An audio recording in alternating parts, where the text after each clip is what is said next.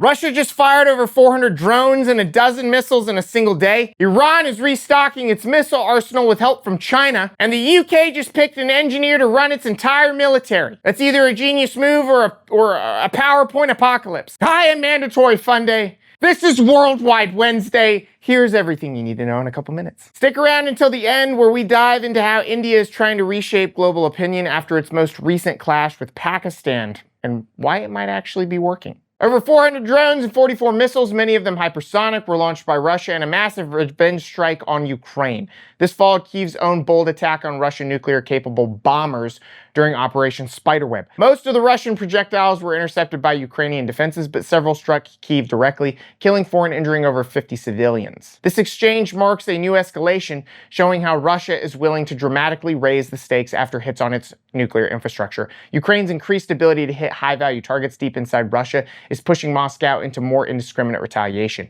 And that means the war could be entering a much uglier phase. Iran isn't just licking its wounds after Israeli airstrikes destroyed its solid fuel missile plants. It's restocking, and it's not going solo. Iran has reportedly ordered massive amounts of ammonium perchlorate. Did I say that right? Who knows? It's a key missile propellant, however you say it, and it's from China. The goal is to rebuild its ballistic missile stockpile and make sure it's ready for the next round of global, regional conflict, international conflict, pretty much all the conflicts. This points to deeper China-Iran coordination, where China acts as a strategic supplier to give Tehran the tools it needs to counterbalance Israel and US power. If this trend continues, the Middle East next arms race may be sponsored by Beijing. What do you think China gains most from backing Iran? Regional leverage, economic ties, or a solid middle finger to the West? Let me know in the comments. In West Africa, the Mali war is heating up again. The al-Qaeda-linked JNIM group captured several military posts last week, prompting retaliation via Malian airstrikes. This is the latest episode in an escalating insurgency that's been slowly hollowing out central Mali despite the military junta's claims of control. With France out and international forces gone, Mali is left trying to fight an expanding jihadist network using limited resources and increasingly brutal tactics. The longer this continues, the more it looks like Mali could turn into the next Somalia.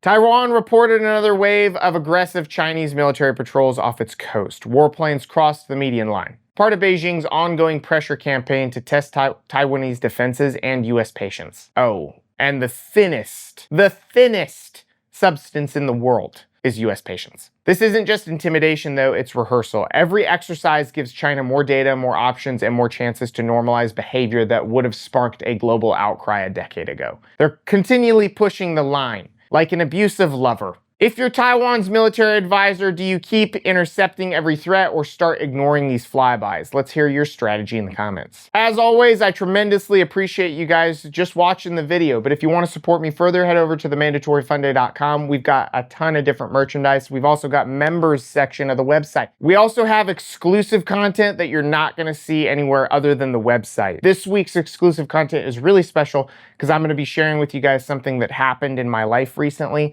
that I want to just tell you about. And it's something that I'm pretty excited to tell you about. Finally, on the website, we've also got a place to order regulation compliant shirts. You can wear them under your uniform. Let's get back to the video. North Korea's Kim Jong-un rolled out the red carpet for Russian Defense Minister Shoigu this week and gave him more than the tea. He pledged full unconditional support for Russia's war in Ukraine, continuing the bizarre alliance between two nuclear-armed states with absolutely nothing to lose. This visit solidifies a Russia and North Korea axis that exchanges arms, political theater, and anti-West defiance. It's not just optics. North Korean artillery and drones have already shown up on the Ukrainian front. This is not satire. The USS Sampson, a full-fledged Arleigh Burke-class destroyer, is now part of a southern border operation. The Navy says it's focused on maritime security, anti-smuggling missions, and boosting presence in the Gulf. Critics are saying it feels like using a warhammer to swat mosquitoes. This may be symbolic though, and symbols matter. Militarizing border optics sends a clear message.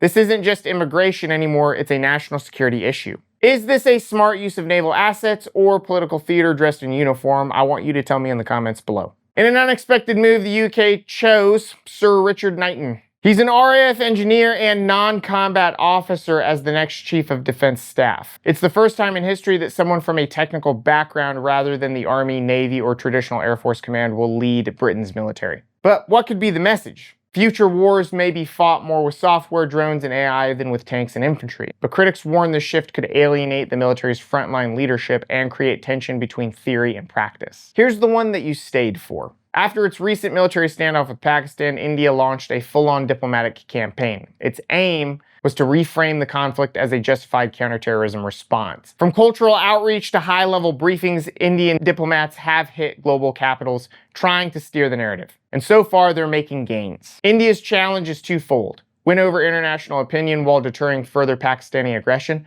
If this works, it could be a template for how modern wars are followed by media-savvy political cleanups. That is a wrap for this week's Worldwide Wednesday. If you enjoyed this video, make sure you watch one of my other ones. Also, again, if you want to support me further, head over to themandatoryfunder.com, pick up some merch. You know, we've got a lot of stuff over there for you. It's basically a raccoon struggling with his dark thoughts. I really genuinely appreciate you guys and everything that you allow me to do with this content.